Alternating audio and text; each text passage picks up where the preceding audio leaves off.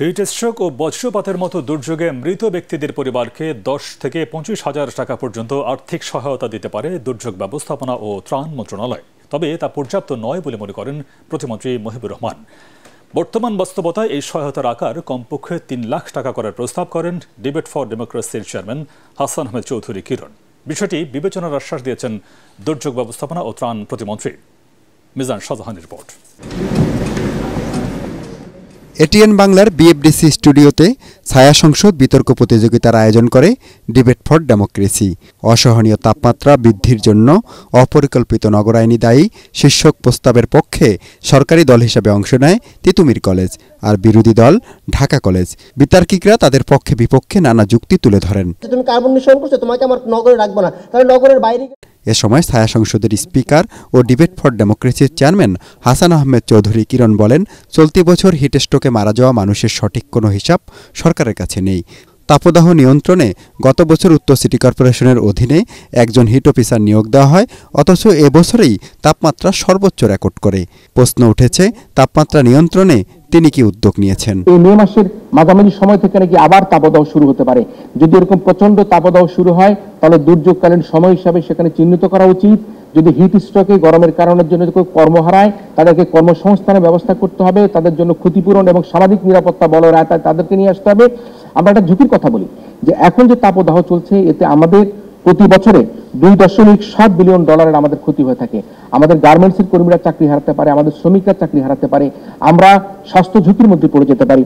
তাই আমাদেরকে এখন ভাবতে হবে যে আমাদেরকে কিভাবে আমরা এই কর্ম পরিকল্পনা করে আমাদের তাপদাহ থেকে আমরা বাঁচতে পারি। বড় বড় শহরগুলোতে যেমন খেলার মাঠ নেই, তেমনি পর্যাপ্ত পার্ক, প্রাকৃতিক পানির প্রবাহ এবং গাছপালাও নেই, আছে শুধু যানজট, যা তাপমাত্রা বৃদ্ধির অন্যতম কারণ বলেও মনে করেন হাসান আহমেদ চৌধুরী কিরণ। তিনি জানান, আবাসন ব্যবসায়ীরা নির্বিচারে দখল করছে জলাশয়, খাল, বিল, নদীনালা বালু ফেলে ভরাটের কারণে পরিবেশ বিপর্যয় হচ্ছে। আবাসন ও রিসোর্ট ব্যবসায়ীদের কারণে বিপর্যয়ের মুখে পড়ছে পরিবেশ। আমরা একটাবারও খেয়াল করি না হাউজিং কোম্পানিগুলো কিভাবে ঢাকা শহর সহ দেশের বিভিন্ন আশেপাশের জলাশয়, নদী, নালা, খাল, বিল, বালু দিয়ে ভরাট করে সেখানে তারা হাউজিং কোম্পানি করে, তারা বাড়ি ঘরের মতো করে তারা সেখানে ঘর বাড়ি দালান কোঠা তৈরি করে ফেলছে। এই যে আমাদের যে কৃষি জমিটা ছিল, যে কৃষি জমিটাকে আজকে বালি ভরাট করে, আজকে অনুপযুক্ত করে, জলাশয় ভরাট করে আমাদের যে একটা শীত প্রবাহ, একটা শীতলতা প্রবাহ যে একটা আমাদের আশা ছিল, সেই আশাটা নষ্ট করে দিচ্ছে সেই হাউজিং কোম্পানিগুলিকে। কিন্তু আমরা কোনোভাবে কিছু করতে পারি। ভাওয়ালের গড় বলি, আমাদের সিলেটের চা বাগানের পাশে বলি, সেখানে রিসোর্ট তৈরির নামে এক ধরনের পুঁজিবাদীরা সেখানে বড় বড় অট্টালিকা করে সেখানে আমাদের পাহাড় কেটে, আমাদের বন কেটে সেখানে রিসোর্ট তৈরি করে বাণিজ্যিকীকরণ করছে। আমাদেরকে সেদিকে কিন্তু খেয়াল রাখতে হবে। এবং এই যে জলাশয় ভরাট করে ফেলছে, এই যে খাল, বিল, নদী নালা ভরাট করে ফেলছে, বালি দিয়ে কৃষি জমি ভরাট করে হাউজিং কোম্পানিগুলি করছে, সেগুলি কিন্তু আমাদেরকে খেয়াল রাখতে হবে। তার হলে কিন্তু আমাদের যে তাপদাহ, তাপপ্রবাহ সেটি কিন্তু আমাদের বাড়তে পারে। আমরা ঢাকা শহরকে একটা অট্টালিকার শহর হিসেবে আমরা তৈরি করে ফেলছি। আমাদের সিটি কর্পোরেশনগুলি সৌন্দর্য বর্ধনের নামে তারা বড় বড় টেন্ডার করে, বড় বড় টাকা নেয়, আমাদের ডিভাইডারগুলোর গাছগুলি তারা কেটে ফেলে। আমাদের বড় বড় গাছগুলি কেটে আমাদের ডিভাইডারগুলিকে সৌন্দর্য বর্ধনের নামে টেন্ডার করে উচ্চ মাত্রায় তারা লাভবান হবার চেষ্টা করে। কিন্তু আমরা কি সেখানে প্রকৃত বনায়ন আমাদের সিটি কর্পোরেশনগুলি করতে পারছে? হিট স্ট্রোকে নিহতদের ক্ষতিপূরণ 25,000 থেকে বাড়িয়ে কমপক্ষে 3 লাখ টাকা করার প্রস্তাব করেন হাসান আহমেদ চৌধুরী কিরণ। ক্ষতিপূরণের টাকা পর্যাপ্ত নয় স্বীকার করে তা বাড়ানোর আশ্বাস দেন দুর্যোগ ব্যবস্থাপনা ও ত্রাণ প্রতিমন্ত্রী মহিবুর রহমান। যারা এই হিট স্ট্রোকে মারা যাবেন তাদের জন্য কমপক্ষে 3 লক্ষ টাকা সরকারের পক্ষ থেকে প্রদান করবার জন্য আমি জোর দাবি উত্থাপন করছি। আমি মনে করি যে মারা যাওয়ার যে আমাদের মন্ত্রণালয়ের যে সক্ষমতা 10,000 থেকে 25,000 এটা যথেষ্ট না। আমি খুব শীঘ্রই আমরা সিদ্ধান্ত নিচ্ছি এটাকে মিনিমাম এটা ডাবল করার জন্য আমরা কাজ করতেছি। আশা করি এটা তো ভবিষ্যতে এটা আরো বাড়বে। মন্ত্রী বলেন, জল কামান দিয়ে তাপমাত্রা নিয়ন্ত্রণ করা যাবে না, এজন্য বৈজ্ঞানিক পদ্ধতি ব্যবহারের সুপারিশ তার।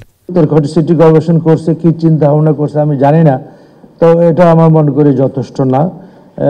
এটাকে আরো আমাদের সায়েন্টিফিক হইতে পরিকল্পিত হিসাবে করে দরকার। ঢাকা উত্তরের যে কার্যক্রম এটা অসম্পূর্ণ, এটাকে আরো পরিপূর্ণ একটা পরিকল্পনা হওয়া দরকার। আমরা যেমন তাপদাহের ব্যাপারে আমরা যে স্টেপগুলো নিয়েছিলাম যেটা করতে পারিনি, সেটা আমরা সারা বাংলাদেশে মানুষকে দেওয়া, পানি দেওয়া, স্যালাইন দেওয়া এবং তাপ বন্ধের জন্য বিভিন্ন রকম ছাতা দেওয়া, এইভাবে মানে তাপ প্রোটেকশনের জন্য কি করা যায় সেটা আমরা কিন্তু পরিকল্পনা করে রেখেছিলাম এবং আমরা আবারও আমরা জানি সামনের দিকে হতে পারে, এই জন্য আমরা প্রস্তুত রেখেছি যে আবার তাপ শুরু হলে যে আমরা সাথে সাথে কার্যগুলি শুরু করতে পারি।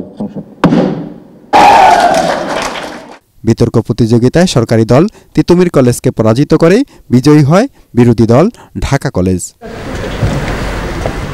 মিজান শাহজাহান, এটিএন বাংলা, ঢাকা।